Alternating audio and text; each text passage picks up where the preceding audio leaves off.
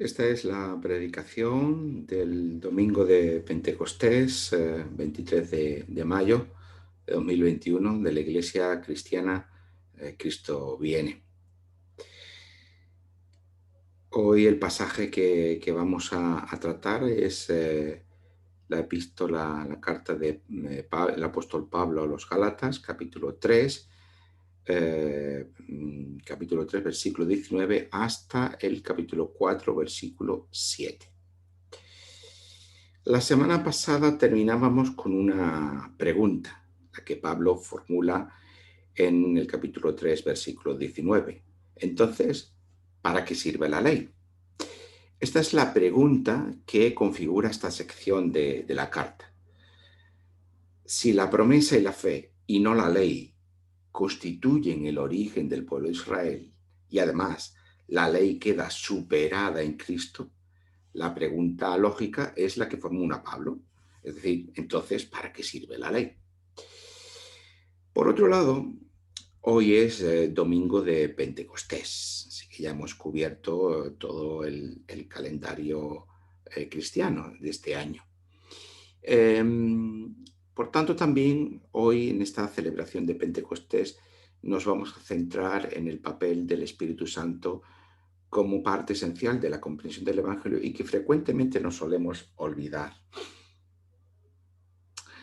Ya hemos mencionado a lo largo de lo que hemos visto de esta carta que la prueba de que Dios estaba actuando entre los gentiles es que estaban recibiendo por mediación de la fe el Espíritu Santo. Así que eh, efectivamente el papel que tiene el Espíritu Santo es un elemento central tanto de la argumentación como del pensamiento de Pablo. La idea central que da respuesta a la pregunta sobre para qué sirve la ley, sobre la funcionalidad de la ley, consiste en la respuesta que da Pablo en considerar la ley como algo transitorio. Y es lo que vamos a ver ahora, hoy a continuación. En primer lugar, Pablo sigue insistiendo en la superioridad de la promesa y de la fe respecto de la ley, como ya vimos la semana pasada. Lo que dice Pablo ahora es que mientras la promesa fue dada directamente por Dios a Abraham, por su parte, la ley fue dada por medio de ángeles, lo que leo en el capítulo 3, versículo 19. La ley fue dada por medio de ángeles. De ahí deduce Pablo que la promesa es superior a la ley. Pero ¿qué significa que la ley fue dada por medio de ángeles? Eso es algo que también se cita en el libro de los Hechos, capítulo 7, versículo 53, o en el sermón, o también llamada epístola de Hebreos, o a los Hebreos, capítulo 2, versículo 2.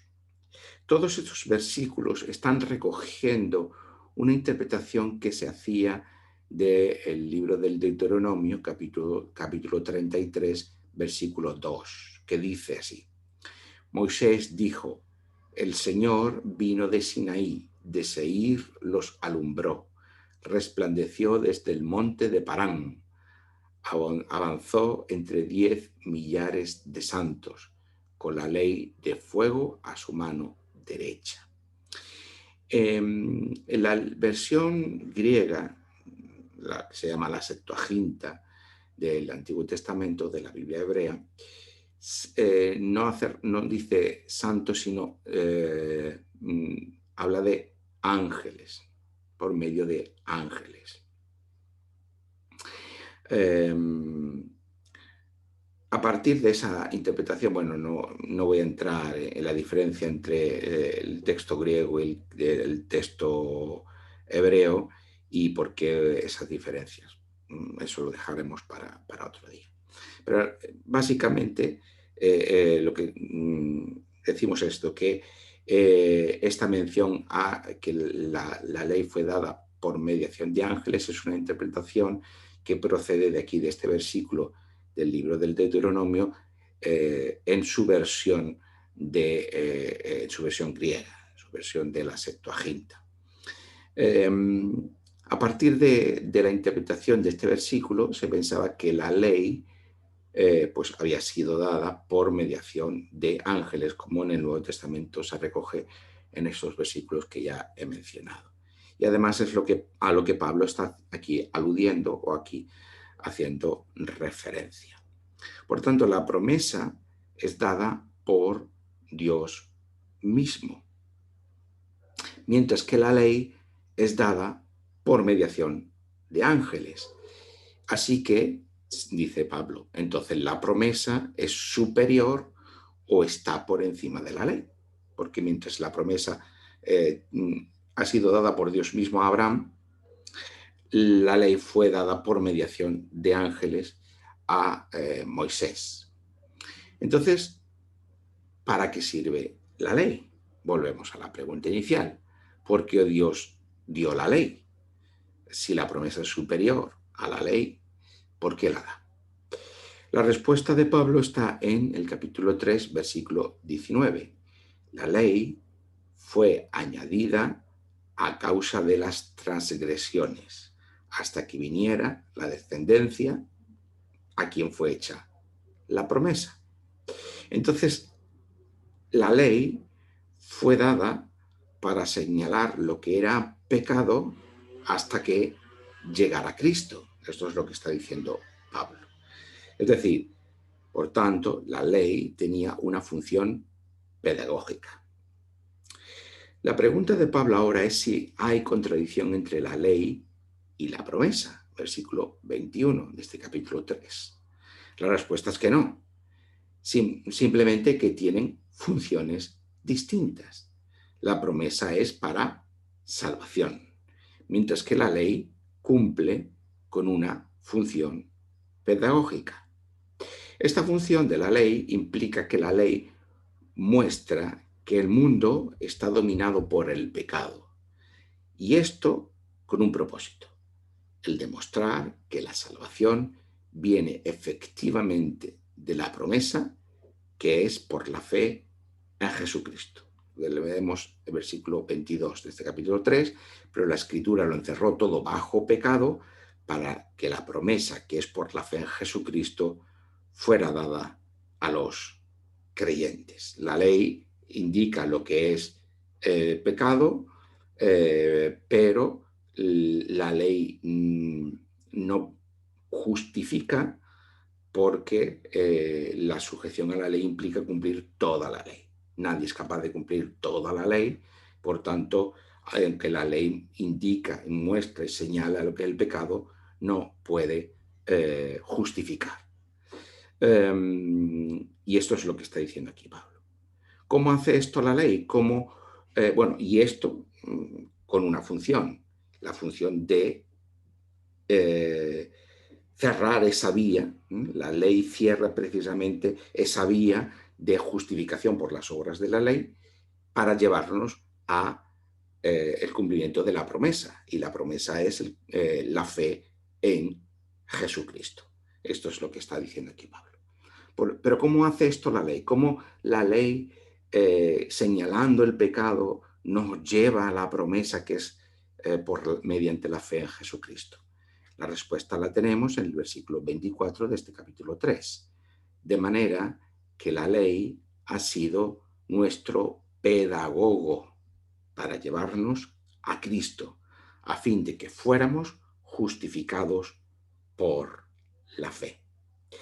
La palabra que la traducción que tengo aquí, yo he leído este versículo respetando la palabra que encontramos en griego, que es pedagogo. La versión que tengo es Reina Valera del año 95, que traduce esta palabra por guía. En versiones anteriores, como la Reina Valera del 60, encontramos una palabra más tradicional que es ayo, palabra que nosotros hoy ya no usamos. Sin embargo, como digo, en griego usa la palabra de donde proviene nuestra palabra en español pedagogo. El pedagogo era un esclavo que acompañaba diariamente a los niños de las élites a la escuela. Los niños bien de los romanos, pues los acompañaba el pedagogo a la escuela, que era un esclavo que se ocupaba de esos niños, eran los que los llevaba a la escuela, los cuidaba, los protegía, que nada le ocurriera, incluso también los disciplinaba. La metáfora es clara. La ley es el pedagogo, el esclavo que nos ha acompañado hasta llevarnos, en este caso no a la escuela, sino a Cristo. Esto es lo que está diciendo Pablo. La ley es ese pedagogo que nos lleva a Cristo, con el propósito de que seamos justificados, es decir, declarados justos e incorporados al pueblo de Dios por medio de la fe en Cristo, Jesús el Mesías. Esta es la función de la ley, una función pedagógica, y nunca mejor dicho, es decir, que la ley es este pedagogo que nos lleva a Cristo. Pero claro, esa función de pedagogía, de tutelaje, de acompañamiento, de llevarnos hasta Cristo, es transitoria, porque si esta es la función de la ley, una vez que ha venido Cristo, debemos deducir que la ley ya ha cumplido su función. Si la función de la ley es ser ese pedagogo para llevarnos a Cristo y Cristo ya ha venido, pues entonces la ley se queda entonces sin propósito. Y es lo que dice Pablo en el capítulo 3, versículo 25. Pero ahora que ha venido la fe, ya no estamos bajo un pedagogo. Hemos dejado de ser niños para convertirnos en adultos por medio de la fe en Cristo. Por tanto, ya no necesitamos esa ley pedagógica que nos deba acompañar en el camino. La lógica de Pablo en todo este capítulo 3 y el 4 es clara. Dios da la promesa a Abraham, que Abraham recibe mediante la fe. Y Dios establece un pacto base a esa promesa, sobre la base de esa promesa, con Abraham, prometiéndole pueblo, una familia, un pueblo y una tierra, de la que ahí surge el pueblo de Israel y en la que 430 años después recibe la ley. Esa ley no sustituye ni invalida la promesa, sino que la ley lo que hace es mostrar a ese pueblo constituido mediante la promesa cuál es el pecado, para conducir a ese pueblo al cumplimiento de esa promesa, que es Cristo mismo. Por lo tanto, llegado Cristo, pues esa ley deja de tener, cumplir con esa función, deja de tener vigencia.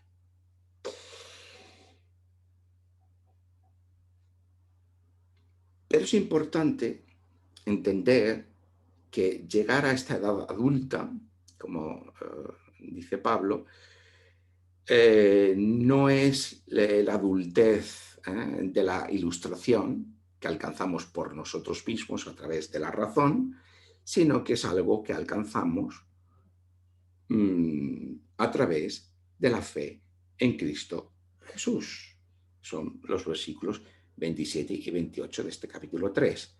Porque todos sois hijos de Dios por la fe en Cristo Jesús, pues todos los que habéis sido bautizados en Cristo, de Cristo estáis revestidos. Por la fe y por el bautismo estamos unidos a Cristo, y de aquí se deriva nuestra condición de hijos de Dios. Y por tanto, en calidad de hijos, ya no somos niños que necesitemos a un pedagogo que nos acompañe. ¿Cuál es la consecuencia de todo ello? Pues debemos recordar el propósito que tenía Pablo, que estaba Pablo persiguiendo al escribir esta carta a los Gálatas. Él enseñarles que el ser declarados justos y pertenecientes al pueblo de Dios es por medio de la fe en Cristo y no por medio de las obras de la ley, especialmente de la circuncisión, que dividía judíos y gentiles y que les impedía sentarse a comer en la misma mesa.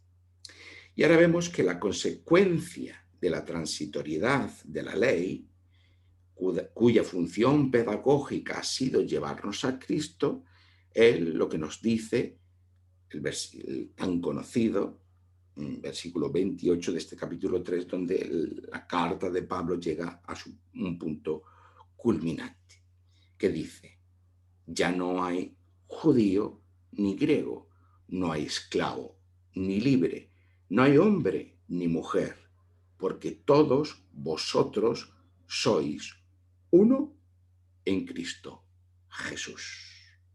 Si todos estamos en Cristo y somos uno en Cristo Jesús, todos aquellos que tenemos fe en Cristo, depositamos esa fe que confía en Cristo y recibimos la promesa de Dios en Cristo Jesús hecha a Abraham mediante la fe, entonces todos estamos en Cristo Jesús y todos somos uno en Cristo Jesús. Por tanto, ya no hay vigencia de la separación entre judíos y gentiles, tampoco entre hombre y mujer. De esta separación entre judíos y gentiles ya hemos hablado suficientemente las semanas anteriores, pero esta diferencia entre hombre y mujer se establecía porque, claro, no hay que olvidar que si la circuncisión era la señal de pertenencia al pacto y al pueblo de Dios, eso separa al varón de la mujer. ¿Por qué? Porque la mujer no puede circuncidarse. Esto es una cuestión exclusiva del hombre. Pero, por tanto, si todos estamos en Cristo, si ahora, si la promesa se recibe por medio de la fe y esta fe y esta promesa, perdón, tiene su completitud en Cristo Jesús y ahora ya todos somos pertenecientes al pueblo de Dios mediante la fe en Cristo Jesús, entonces ya no tiene vigencia en la circuncisión y por lo tanto esa separación que la ley, que la circuncisión establece entre hombre y mujer también deja de ser válida, de tener vigencia. Pero tampoco está vigente la separación entre esclavo y libre, porque en Cristo aquellos que antes éramos esclavos, ahora somos hechos libres. Por lo tanto, en el pueblo de Dios no hay judíos y gentiles, no hay hombre ni mujer, pero tampoco hay esclavo ni libre, porque ahora todos somos hechos libres en Cristo Jesús. Y esto es lo que ya hemos venido diciendo también tiempo antes, que es la justificación por la fe no es solo que seamos declarados justos en una relación privada entre Dios y yo, sino que el ser declarado justo implica necesariamente la pertenencia al pueblo de Dios. Un pueblo de Dios que ya no está definido ni por una identidad étnica, ni por el sexo, ni por la condición social. Ahora judíos y gentiles, hombres y mujeres, esclavos y libres, pueden sentarse a la misma mesa en comunión. Por eso termina Pablo en 3:29 diciendo: y si vosotros, Gálatas, sois de Cristo, ciertamente descendiente de Abraham sois y herederos según la promesa. Aquí culmina toda la argumentación que Pablo ha iniciado en el capítulo 3. Si vosotros, Gálatas, estáis en Cristo por medio de la fe, ya sois pertenecientes a la familia de Abraham. No necesitáis pertenecer a la familia de Abraham mediante la circuncisión. Ya sois pertenecientes a la familia de Abraham por el hecho de estar en Cristo por medio de la fe. Y por tanto también sois partícipes de la promesa de Dios. la circuncisión ya no tiene esta función, no es necesaria y la ley y las obras de la ley ya no son ese pedagogo porque ya ha cumplido su función, la de llevarnos a Cristo. Ahora lo importante no es la ley, ahora lo importante es Cristo mismo. No necesitáis, por tanto, Gálatas, las obras de la ley para pertenecer al pueblo de Dios y para ser declarados justos, porque ya en Cristo, por medio de la fe, sois declarados justos y pertenecéis al pueblo de Dios. Aquí culmina este hilo argumental de Pablo, de todo el capítulo 3. Pablo ahora, en el capítulo 4, retoma la metáfora del niño y del hijo. El niño, en su condición de niño, en aquella sociedad grecorromana, tenía el mismo estatus que el esclavo. Solo que los niños de familias bien, de familia de posible, digamos hoy, eran herederos del padre de familia. Es el versículo 1 del capítulo 4. Este niño estaba bajo tutores y administradores hasta que llegara a la edad adulta y entonces el padre de familia pues le daba la condición de heredero y podía entonces ya pasar a la condición de adulto, fuera ya de ningún tipo de tutelaje por parte del padre de familia a través de esos tutores, de esos administradores, de esos pedagogos. Por tanto, dice Pablo, de la misma manera, nosotros una vez fuimos niños, pero nuestra niñez era la condición de ser esclavo de las realidades mundanas, de las fuerzas elementales del mundo y de los poderes que dominan en el mundo. Es lo que leemos en el versículo 3 del capítulo 4. Así también nosotros, cuando éramos niños, estábamos en esclavitud bajo los rudimentos del mundo, las realidades mundanas, las fuerzas elementales del mundo, los poderes que dominan el mundo. A esto se está refiriendo Pablo. Sin embargo, este estatus como niños en este grado vamos a decir, inmadurez, por lo tanto, sujeto a la lógica del mundo y a los poderes del mundo, ese estatus nuestro ha cambiado. Al igual que el estatus del niño que debía convertirse en heredero, pues cambiaba con el paso de niño a adulto. Nosotros nos hemos convertido ya en hijos de Dios, una vez que hemos recibido por medio de la fe la promesa en Cristo. Leemos en los versículos 4 y 5 de este capítulo 4. Pero cuando vino el cumplimiento del tiempo, Dios envió a su Hijo, nacido de mujer y nacido bajo la ley, para redimir a los que estaban bajo la ley, a fin de que recibiéramos la adopción de hijos. Esto de la redención de la ley o redención de la sujeción a la ley o la redención de la maldición de la ley, lo vimos la semana pasada, así que no lo repetiremos hoy. El Hijo, enviado por el Padre, nos ha redimido de la sujeción a la ley, que como ese pedagogo ha cumplido su función mientras éramos niños. Pero ahora, por medio de la fe en Cristo, somos hechos hijos. Por lo tanto, hemos dejado nuestra condición de niños y ya no necesitamos esa ley que nos conduzca a Cristo porque ya estamos en Cristo. Y ya que nuestro estatus ha cambiado, podemos reconocer a Dios como Padre, tal y como leemos en el versículo 6 de este capítulo 4. Por cuanto sois hijos, Dios envió a vuestros corazones el Espíritu de su Hijo, el cual clama, Abba, que sí quiere decir Padre. Hoy, que celebramos Pentecostés, pues es preceptivo que nos detengamos un poquito aquí, ¿no? Reconocemos a Dios como Padre por medio de la acción del Espíritu Santo en nosotros.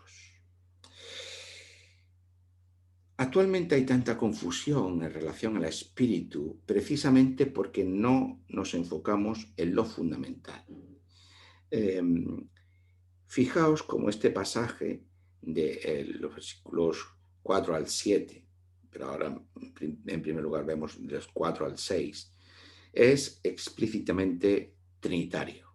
Claro, Pablo no tiene el concepto de Trinidad, porque ese concepto es un concepto teológico creado muy posterior por la Iglesia, pero lo que la Iglesia confiesa con la doctrina de la Trinidad es lo que Pablo está aquí haciendo explícito, aunque no tenga esta palabra, que es que Dios envía al Hijo para que nosotros seamos adoptados como hijos de Dios. Y a su vez, en nuestra condición de hijos, podemos, por mediación del Espíritu Santo, reconocer a Dios como nuestro Padre. Y aquí es muy importante señalar la conexión entre el Espíritu y el Hijo, porque Pablo dice, el Espíritu de su Hijo, esta es la expresión que usa Pablo. Esto significa que lo que el Espíritu nos hace experimentar no son experiencias X, las que sean, que tengan un valor en sí misma en cuanto a experiencias, y esas experiencias se convierten en normativas. Y entonces quien experimenta, tiene esa experiencia, entonces tiene el Espíritu Santo. No es esta la lógica. No es esta la lógica. El énfasis no está en la experiencia en sí misma. La normatividad nos recae en la experiencia. Lo que es normativo es que el Espíritu lo que hace es llevarnos a Cristo. El Espíritu nos lleva a Cristo y nos hace reconocer a Dios como Padre. Por lo tanto, la función principal del Espíritu es ayudarnos a reconocer nuestra filiación como hijos de Dios, a reconocer a Dios como Padre. Como dice Pablo también, sin el Espíritu de Dios no podemos reconocer a Dios como Padre. Y esto es muy importante, esta conexión entre el Espíritu y el Hijo en el contexto de la relación con el Padre, lo que llamamos un marco trinitario. Una concepción del espíritu desconectada de su matriz trinitaria, un espíritu concebido solo por sí mismo, que nos lleva a no sé qué experiencias, nos puede llevar a experiencias que no sean más que el eco de nuestra propia voz y de nuestras propias emociones. No porque el espíritu nos lleve a ello, sino porque el espíritu está en relación con el Padre y con el Hijo. Y el Espíritu nos lleva a Cristo y nos lleva a reconocer a Dios como Padre. Todo lo que no sea llevarnos a Cristo, todo lo que no sea el reconocimiento de Dios como Padre, es algo que debe ponerse en suspenso. Mucho de lo que hoy quiere hacerse pasar por espiritual o por acción del Espíritu no es más que una emotividad y un subjetivismo del ego, del yo individual, y de una ansia de experiencialismo que es propio de la cultura moderna. En profundizar en esto nos llevaría más tiempo, pero simplemente esto, ¿no? El que si concebimos al espíritu, bueno, como un ente por ahí aislado, que nos hace experimentar cosas, experiencias, estados, X, lo que fuere, Claro, lo que estamos haciendo es amoldar ese espíritu, de comillas, a nuestra propia subjetividad individual, a nuestras propias emociones, a nuestra propia experiencia. Así como vivimos en una sociedad, en una cultura en la que se promuevan constantemente tener experiencias de todo tipo, aquí tiene cabida mucho de esta supuesta espiritualidad, esta supuesta acción del espíritu. Pero como vemos, el espíritu nos lleva a Cristo y nos lleva a reconocer a Dios como Padre, no a experiencias extrañas. Terminamos en el versículo 7 del capítulo 4. Así que ya no eres esclavo, sino hijo, y si hijo, también heredero de Dios por medio de Cristo. Ya no vivimos ni como esclavos, ni como niños, sino como hijos, herederos de Dios mismo a través de Cristo y del Espíritu Santo. Este es nuestro estatus y esta es nuestra herencia. Por lo tanto, la justificación por la fe es un mensaje muy potente, porque define la realidad de una manera completamente distinta a la definición de la realidad que proviene de las construcciones sociales y culturales humanas. Toda sociedad vive según unas construcciones de sentido.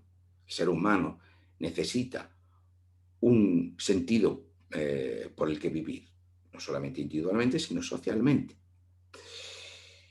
Pero las construcciones de sentido construidas por el ser humano debido a su acción social y a sus construcciones culturales, introducen divisiones, diferenciaciones dentro de la propia sociedad. La diferencia entre hombre y mujer, rico y pobre, esclavo y libre, judíos y gentiles, provienen de estas construcciones sociales y culturales. Y la justificación por la fe nos dice que no, que estas diferencias ya no están vigentes, que en el pueblo de Dios, constituida por la única mediación de la fe en Jesús como Mesías e Hijo, estas divisiones y cualesquiera otras son superadas por la unión en Cristo. En este pueblo de Dios, mediado única y exclusivamente por la fe en Jesús como Mesías, todos somos iguales. Sin embargo, tenemos que reconocer que la Iglesia ha olvidado frecuentemente esta dimensión de la justificación por la fe, que la Iglesia ha sucumbido en no pocas ocasiones a convertirse en legitimación del statu quo de la sociedad y que en muchos lugares lo sigue haciendo. Por lo tanto, la justificación por la fe tiene este mensaje muy potente contra las legitimaciones sociales y culturales. Pero la justificación por la fe, además, también nos habla de ser hijos y no niños. En el pueblo de Dios, que vive según la definición del Evangelio, todos tenemos la condición de hijos y no de niños. La justificación, por tanto, nos habla de madurez espiritual, personal, vital y eclesial, comunitaria, corporativa, porque todos estamos en Cristo. Las iglesias, desgraciadamente, y frecuentemente quieren la minoría de edad de sus miembros.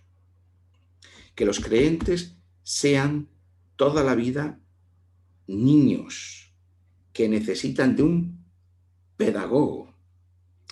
Y muchos pastores quieren, y me meto también para no ponerme por encima de nadie, queremos cumplir con la función de ese pedagogo toda la vida para aquellos hermanos a los que servimos con el ministerio de la palabra, que los mantengan una minoría de edad.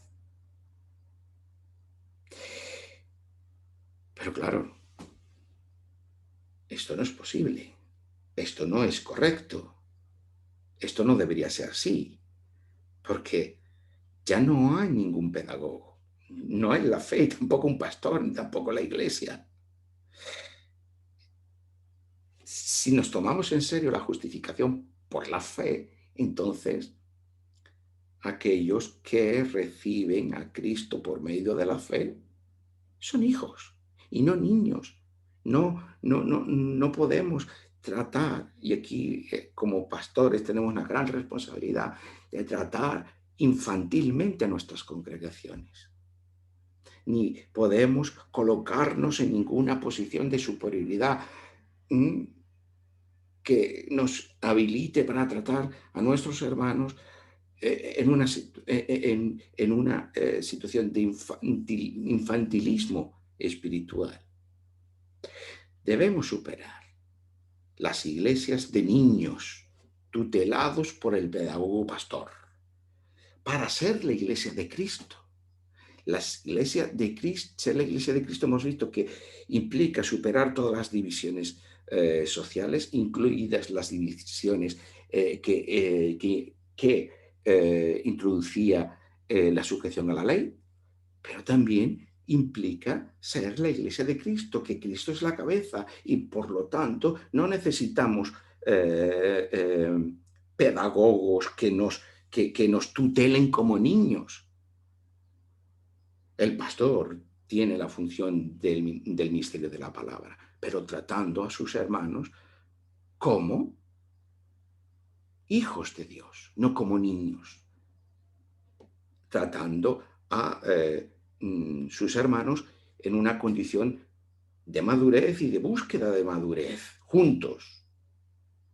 No de infantilismo, que yo tengo que supervisar, que yo tengo que tutelar, que yo tengo que sancionar, que yo tengo por el que yo me responsabilizo. No, ese no es el camino. Debemos ser la iglesia de Cristo, capaces y maduros porque estamos en Cristo y porque a través del Espíritu reconocemos a Dios como Padre. Esto también implica la justificación por la fe.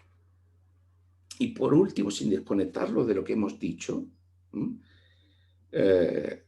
la justificación por la fe nos habla también de nuestro estatus delante de Dios en el contexto del pueblo de Dios, para decirnos que somos declarados justos, que estar en Cristo y por mediación del Espíritu, la última palabra dicha sobre nosotros y sobre nuestra vida es la de ser justos.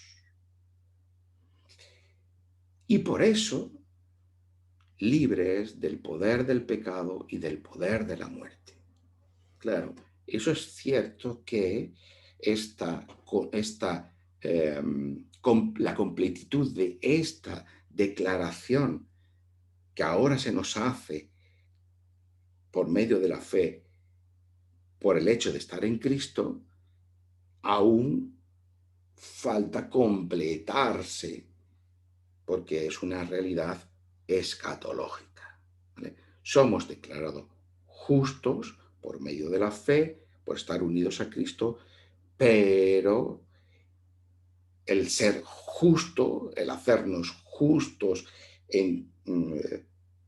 es una categoría escatológica. Pero de eso hablaremos también en otra ocasión. Por lo tanto, la última palabra dicha sobre nosotros en nuestra vida es la de ser justos Y por eso, libres del poder del pecado y del poder de la muerte, porque este es el propósito original de Dios para nosotros. No olvidemos que Dios, en su propósito, lo que está tratando es con el pecado, con la muerte, con el dolor y el sufrimiento del mundo. Y que esto ya ha ocurrido en la cruz de Cristo y en la resurrección de Cristo, pero aún está por completarse hasta el tiempo final. Por todo ello, la justificación por la fe nos lleva a vivir en libertad,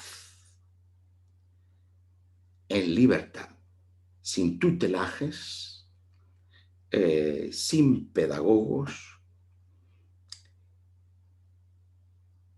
pero en la libertad con la que Cristo nos ha hecho libres, no en la libertad individual, personal. Sobre esto hablaremos la semana que viene. Que el Señor nos bendiga a través de su Hijo y de su Espíritu Santo. Amén.